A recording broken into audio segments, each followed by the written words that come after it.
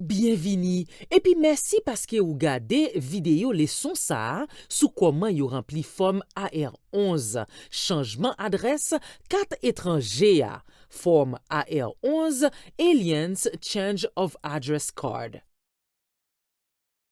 Après ou fin gade vidéo leçon ça, ou ap capable répondre question sa yo. Qui ça qui formulaire AR11 form AR11 aliens change of address card. Pour qui ça li important pour remplir forme AR11 là?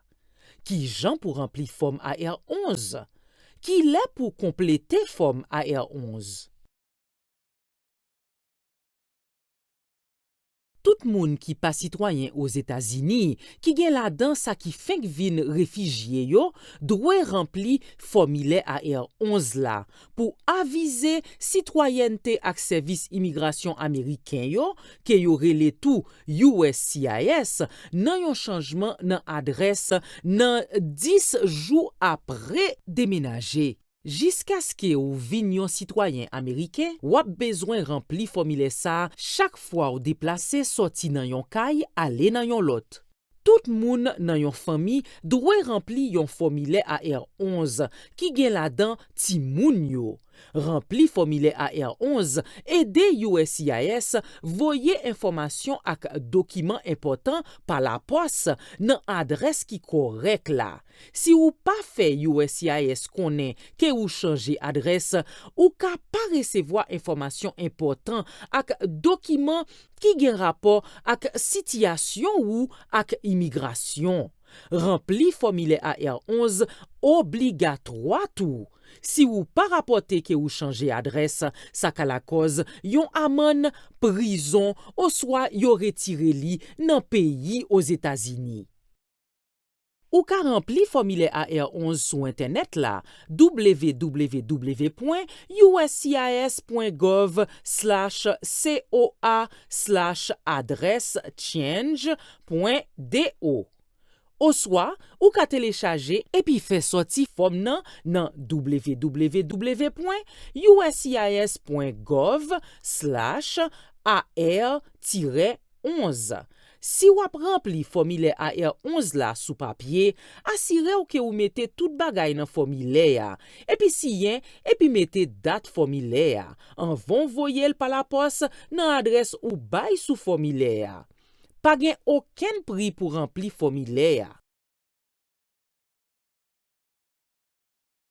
Kounye nous pral montrer ou qui jan pour remplir formulaire AR11 là sur internet là.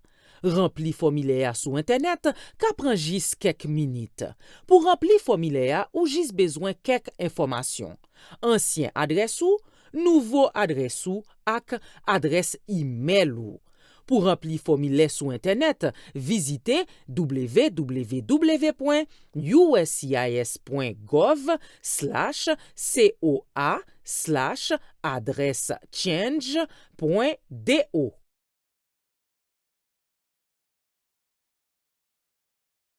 Ou ka wè yon exemple formulaire sur internet là, ici là. Le wap rempli sur internet là, première question pour répondre c'est est-ce que ou te rempli yon application qui gen rapport ak immigration ou soit yon pétition et puis ka ou la en attente yon décision ou soit ou pas recevoir yon avis, yon carte ou soit document. Si ou pas certain qui jan pour répondre, formulaire sur internet là gen la dan yon lien pas certain qui ça pour choisi qui bay conseil sa yo. Choisi oui si ou gen yon cas en attente et puis ou pas recevoir yon décision ou soit yo approuvé ka ou la mais ou poko recevoir avis décision finale là carte ou soit document ou par exemple yon carte verte ou soit certificat citoyenneté. Choisi non si ou pas gen aucun cas kounye qui en attente yon décision et puis ou pas te soumettre aucune application ou soit pétition. Si ou choisi oui, ça a dirigé ou pour remplir information sous cas.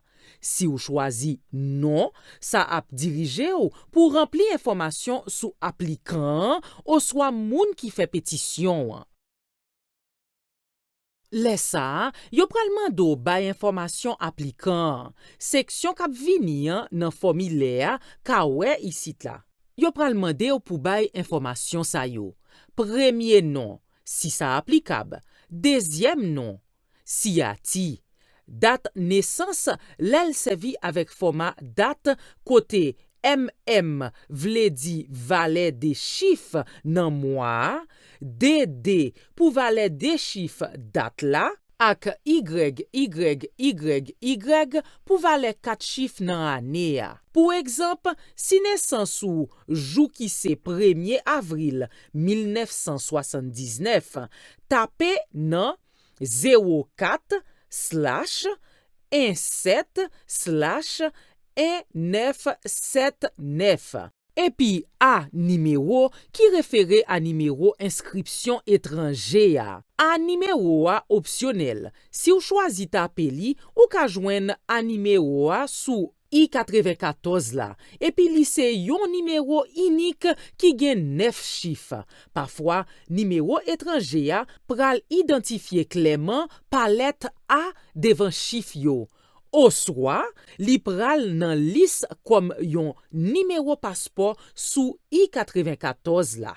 Lè sa, cheke boîte la selman si ou se yon mam lame Ameriken. Oswa si ou te fek egzeate nan servis la, oswa mari, oswa madame, yon mam militer Ameriken. Apre sa, ou bezwen bay informasyon sou ansyen ak nouvo adres ou. Ou ka wè seksyon formile koto tape informasyon sa yo isit la. Tan pri, asire ou ke ansyen ak nouvo adres yo identifiye ki nan lis la avek presisyon. Pou seksyon ki mande ansyen adres la, bay adres kote ou te kon vive la. Epi pou seksyon ki mande nouvo adres la, bay adres fizik kote ou rete kounye ya. Apre ou fin kite ansyen adres la. Tan pri, sonje konsiderasyon espesyal sa yo.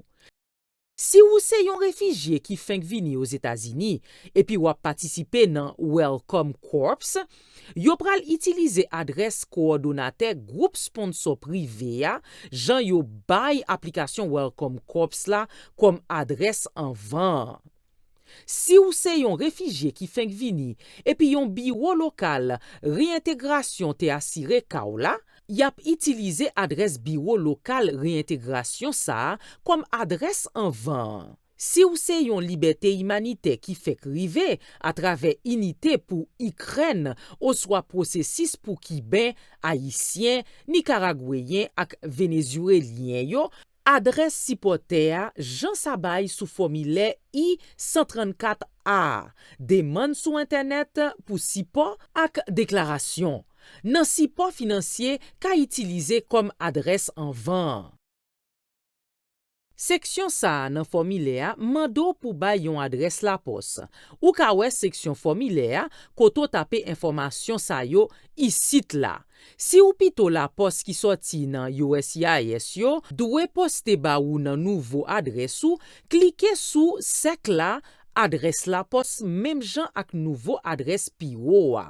Yon fenet sou ekran ap paret pou mande ou konfime nouvo adres ou a, se mem adres la pos ou. Si se li, klike sou bouton konfime a ki an ba a droite nan fenet la. Si ou ta reme voye pa la pos, nepot la pos ki soti nan USCIS nan yon lot adres, nan soin yon lot moun, ou ka bay non moun sa nan boîte ki make C/O. C/O a vle di, sou chwazi opsyon sa, wap bezwen bay yon non ki moun ou vle voye la pos. Le sa, wap bezwen indike si adres la pos la, se mem ak nouvo adres ou a, ke ou tape pi bonè nan fom nan. Ou swa si adres la pos la diferan de nouvo adres ou a, le ou klike sou yon nan sek yo. Adres la pos la, se mem jan ak nouvo adres ki an wo a. Entre adres la pos la, le li diferan de nouvo adres la. Si ou chwazi entre adres la pos la, le li diferan de nouvo adres la, wap bezwen bay adres ou ta reme voye la pos nan men USCIS nan soin. Seksyon sa nan formulaire a mando pou bay yon adres email epi pou indike ki moun ki rempli formulaire. Ou ka wè seksyon formulaire koto tape informasyon sa yo isit la. Yon adres email oblige resevoa yon repons nan men USCIS ki konfirme li resevoa formulaire AR11 sou internet la. Le sa, formulaire mande yo chwazi yon nan 3 opsyon pou moun ki rempli formulaire. Appliquant ou soit pétitionnaire, parent ou soit gardien légal, représentant légal. Nouveau réfugié qui remplit formulaire considéré comme appliquant ou soit pétitionnaire. Si appliquant ou soit pétitionnaire pour qu'on l'âge 18 l'année, les ça, alors option parent ou soit gardien légal ta dwe choisi. Songe tout moun nan yon famille doit remplir yon formulaire AR11 tant kou ti moun yo. Si yon représentant légal tant kou yon avocat ou soit avocat dossier formulaire, les ça même jan pas certain si mwen ta dwe changer yon sel sa. Avant ou soumettre, yo pral mande yon check sécurité. Tant pri tape let qui paraît nan boîte la. Let yo pas sensible. Ça vle di que ou ka tape let yo soit comme minuscule ou soit majuscule. Si yo pas capable li let yo, gen yon option pour rafraîchir let yo, le ou cliquer sous bouton rafraîchir image la, qui pourra montrer yon nouveau série let. Gen yon option tout pour tande yon voix qui dit let yo. Point d'interrogation. Le ou cliquer sous bouton audio. Le ou fini, cliquez sous ti boîte qui bon côté parole qui dit le yo accepter signati électronique ça, appliquant, ou soit pétitionnaire, parent, ou soit gardien, ou soit représentant légal, certifié en bas pénalité pour faux témoignage, que toute information yo bay yo, c'est vérité ak correct. Le ça, cliquez sous bouton soumettre pour remplir formulaire AR11 sous internet là. Yon confirmation email ta dwe rive nan boîte réception nan adresse email yo bay sous formulaire AR11 la. Yon lot façon pour faire USCIS nan yon changement adresse, c'est nan compte USCIS ou sous internet la. Si ou te déjà soumettre yon dossier sous papier et puis numéro récit a te commencé avec I-O et ou ka créer yon compte nan www.myaccount.uscis.gov. Yon fois ou fin créer yon compte, ou ka connecter kaola ak yon code accès sous internet la et puis mette adresse ou ajout. Page internet ça, gen la dan toute inscription spéciale pour victime crime formulaire I-175, renoncer compte habit, citoyen américain, chirurgien civil ak représentant légal yo. Yon note pour sipote yo. Concentré sous enseye moun ki fenk vini yo, ki jan pou yo rempli formulaire AR11 au lieu pou yo fel pou yo. Li important pour ça ki fenk vini yo, apprendre ki jan pou yo rempli formulaire ça, parce que yo ka besoin rempli l'encore chaque fois yo déménager avant yo vini, yon citoyen américain. Moun ki fenk vini yo ak moun ki ap sipote yo ka deside kote ki pi bon pou mette yon rappel pou moun fenk vini yon rempli AR11 prochain fois yo déplacé. Exemple, imprimer formulaire et puis mettel ak contrat loyer actuel la. Voye yon adresse électronique nan compte nouveau ak lien qui mène nan formulaire ak vidéo ça et puis ajouter yon rappel nan nouveau calendrier ya. Servi ak yon interprète qui nécessaire. Merci parce que vous gardez leçon particulier vidéo ça. On nous examiner objectif apprentissage yo. Ou ta dwe gen yon pi bon compréhension sous formulaire AR11, importance qui gagne nan rempli formulaire AR11, qui jan yo rempli formulaire AR11, les pour compléter formulaire AR11. Pour plus d'informations sous façon pour changer adresse ou, tant pris, allez sous www.uscis.gov/adresse change. Visitez refugeewelcome.org pour plus ressources parrainage communautaire.